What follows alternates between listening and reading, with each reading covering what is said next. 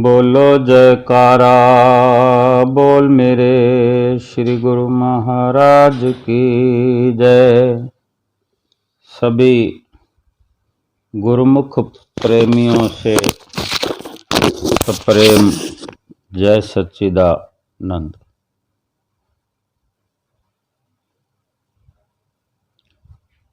जो सतगुरु के प्यारे होते हैं, यानी जिन्होंने सतगुरु को अपनाया हो और सतगुरु ने भी उन्हें अपनाया हो, यानी आपस में इतना प्रेम हो, प्यार हो, तभी तो एक दूसरे के प्यारे हो सकते हैं। वो फिर कहीं भी जाते हैं, कहीं भी रहते हैं, जो सतगुरु के प्यारे होते हैं, तो उनके अंदर अपने इष्ट देव सतगुरु प्यारे की याद इस तरह बसी रहती है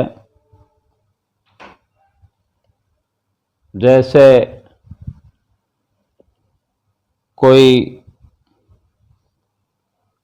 एक पल भी अपने जिस्म से आत्मा को अलग नहीं कर सकता, अपने श्वासों को रोक नहीं सकता, उसके बिना जी नहीं सकता।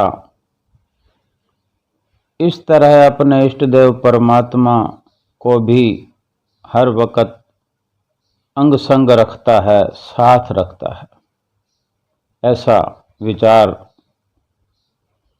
और ये रोज रोज करने की जरूरत नहीं पड़ी, कुछ करना नहीं पड़ता। धीरे धीरे ऐसा समय आता है कि हर वक्त यही एहसास एक अंदर से सूक्ष्म एहसास बन जाता है कि मैं उनके साथ हूं, वो मेरे साथ है। सतगुरु का प्यारा बनना चाहिए, हमें भी बन के रहना चाहिए। सतगुरु हमारे हैं, हम भी सतगुरु के बने।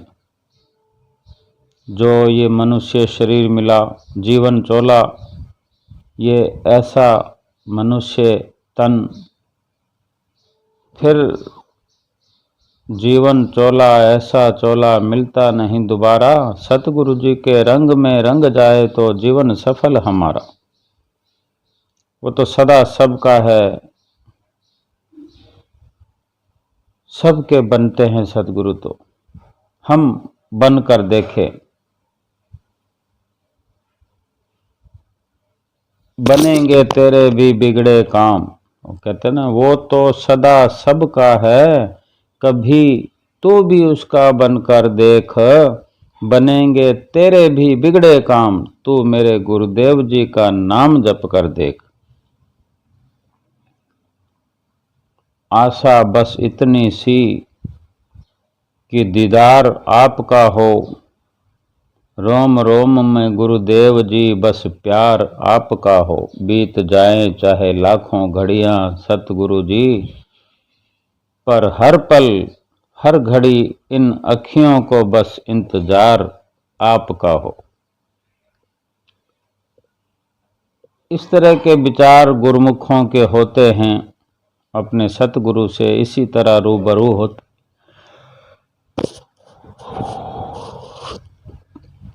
और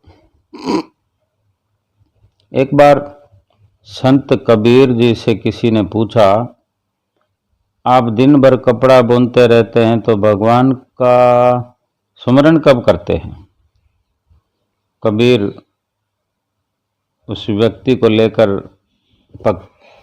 लेके झोंपड़ी से बाहर आ गया, क्योंकि वो जो झोंपड़ी में मिलने आया था वो व्यक्ति, तो उस व्यक्ति को झोंपड़ी के बाहर लाके खड़ा कर दिया। बोला, यहीं खड़े रहो, तुम्हारे सवाल का जवाब मैं जैसे तुमने पूछा वैसे ना देकर मैं उसे दिखाने की कोशिश करता हूं कि देखो भी और समझो भी। तो कबीर साहब ने क्या दिखाया उसको कि एक औरत पानी की गागर सिर पर रखकर लौट रही थी, पानी भरा हुआ घड़ा।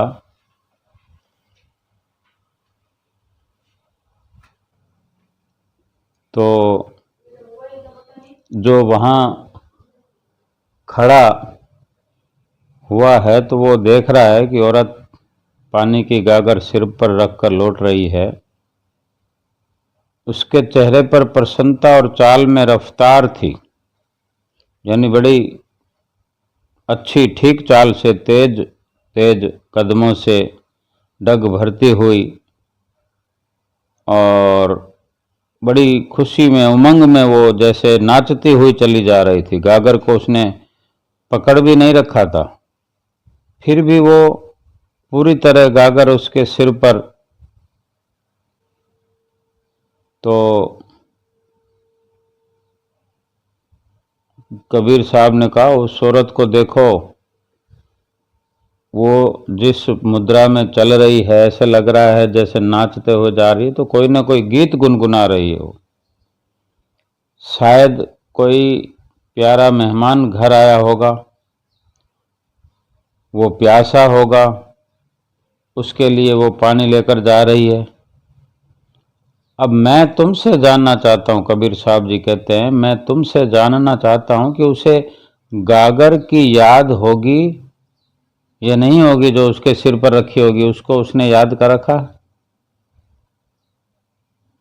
कबीर की बात सुनकर उस व्यक्ति ने जवाब दिया, उसे गागर की याद नहीं होती तो अब तक तो गागर नीचे ही गिर गई होती, पानी बिखर गया होता, गागर फूट गई होती। तब कबीर साहब जी बोले, ये साधारण सी औरत एक गृहिणी है, एक स्त्री है, घर में रहने वाली, घर का काम करने वाली, सिर पर गागर रखकर रास्ता पार करती है, मजे से गीत भी गाती है, फिर भी गागर का ख्याल तो उसके मन में बराबर बना हुआ है, तभी तो गागर सिर पर टिकी हुई है, गागर को पकड़ भी नहीं रखा। और तुम मुझे इससे भी क्या गया गुजरा समझते हो कि मैं कपड़ा बुनता हूं और परमात्मा का स्मरण करने के लिए मुझे अलग से वक्त की जरूरत है, अलग से वक्त मुझे निकालना पड़ेगा। मेरी आत्मा हमेशा उसी में लगी रहती है, कपड़ा बुनने के काम में शरीर लगा है, शरीर अपना काम करता रहता है और आत्मा प्रभु के चरणों में लीन रहती है। आत्मा हर समय प्रभु के चिंतन में डूबी रहती है, इसलिए ये हाथ भी आनंदमय होकर कपड़ा बुनते हैं। कितना सुंदर और सरल तरीके से कबीर साहब जी ने उसको समझाया, हम भी समझ पाए, हम भी इसी तरह समझ पाए कि अपने सतगुरुदेव इष्ट का इस तरह से सुमरन करें कि एक वक्त ऐसा आ जाए, लगातार अभ्यास करते हुए, चाहे सिमरन का हो, गुरु महिमा का हो, श्री आरती पूजा का हो, सेवा का हो, ऐसा चित्त वृत्तियों के अंदर बसेरा हो जाए इन नित्य नियमों का, और सत्संग का रोम रोम के अंदर बसेरा हो जाए कि जो सत वस्तु है उसी को अपने अंदर रमाना है और उसी के अंदर रम जाना है। और सत्संग वो ही हो सकता है जो अपनी मानसिकता को अच्छा बना दे, अपनी आत्मिक स्थिति को अच्छा बना दे। हर पल कोई कलह कल्पना अंदर से उठे ही नहीं, तो समझना चाहिए कि सत्संग में लग गया है हमारा चित्त। कहीं ऐसा होता है कि सत्संग में बैठकर भी, सत्संग के अंदर उपस्थिति देकर भी हमारा मन कल्प रहा होता है। कितने ही विचार हमारे अंदर संकल्प विकल्प उठते रहते हैं। जब तक संकल्प और विकल्प उठना बंद नहीं होते। कहने को तो कहते हैं हम ऐसे हैं, हम वैसे हैं, लेकिन हमारी विचारधारा कैसी है?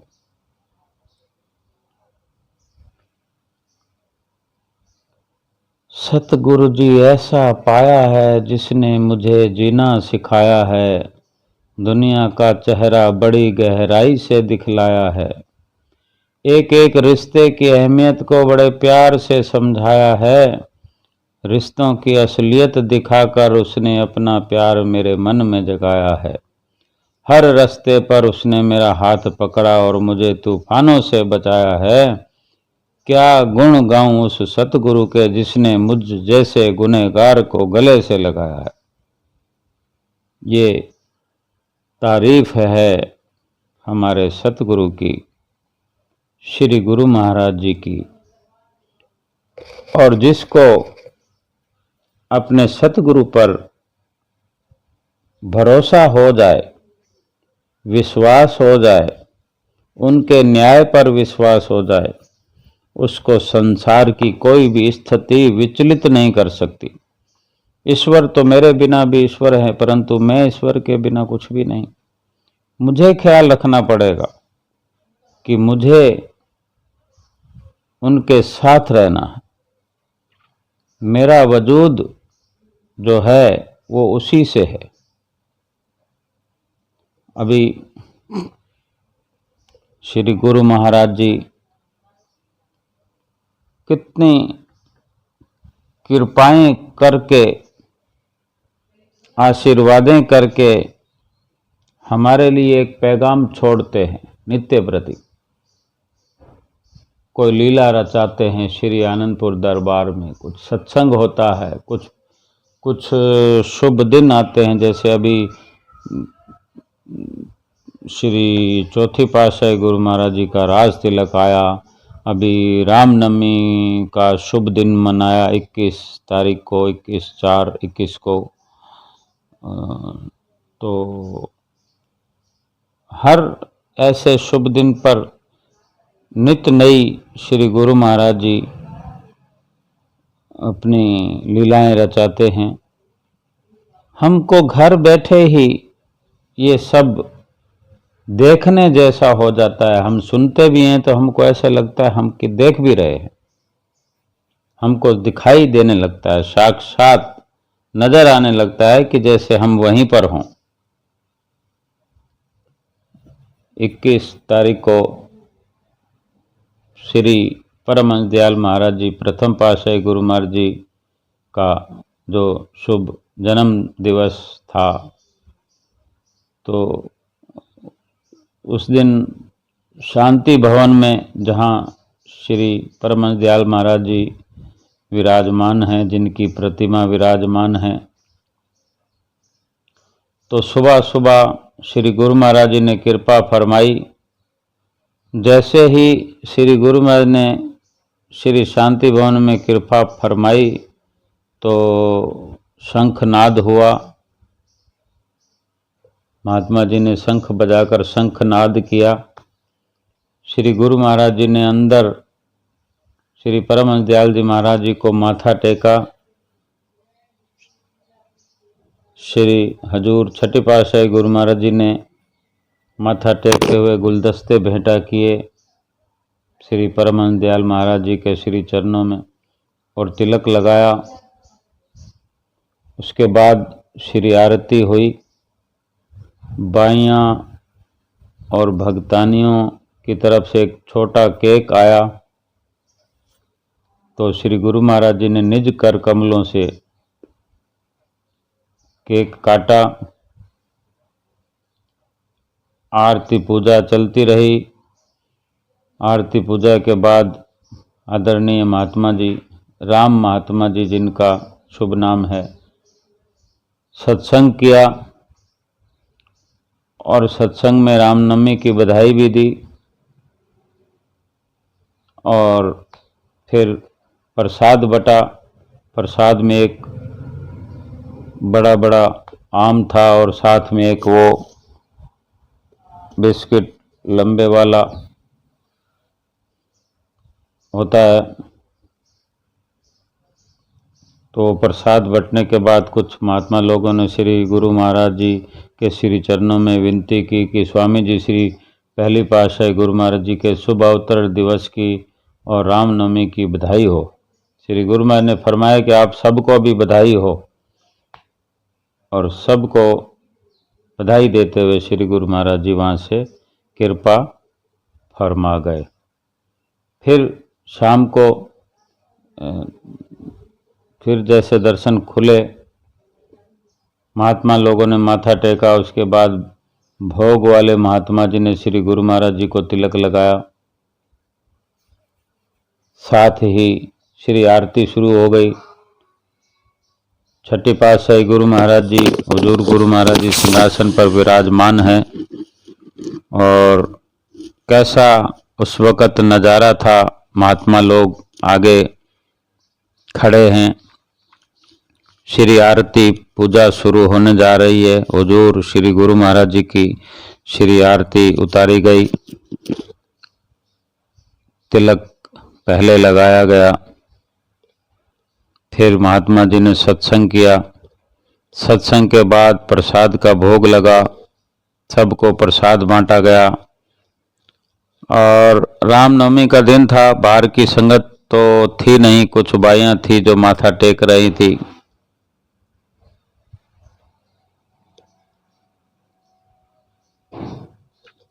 तो उसके बाद एक प्रेमी आया जो श्री आनंदपुर का ही था, दरबार का ही प्रेमी भगत जी थे। उसे किसी भक्तानी ने सेवा भेजी थी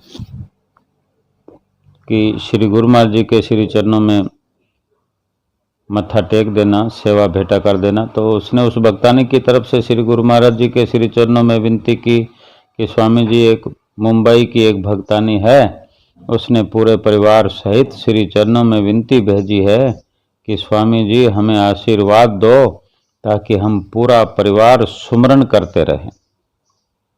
श्री गुरु महाराज जी ने फरमाया कि ठीक है। श्री गुरु महाराज जी ने महात्मा जी को फरमाया कि इस प्रेमी से बोलो कि उन भक्तानी को फोन करके श्री गुरु महाराज जी की तरफ से आशीर्वाद दे दो, और बोलो कि श्री गुरु महाराज जी ने आशीर्वाद देते हुए फरमाया कि पूरे परिवार सहित खूब सुमरन करो।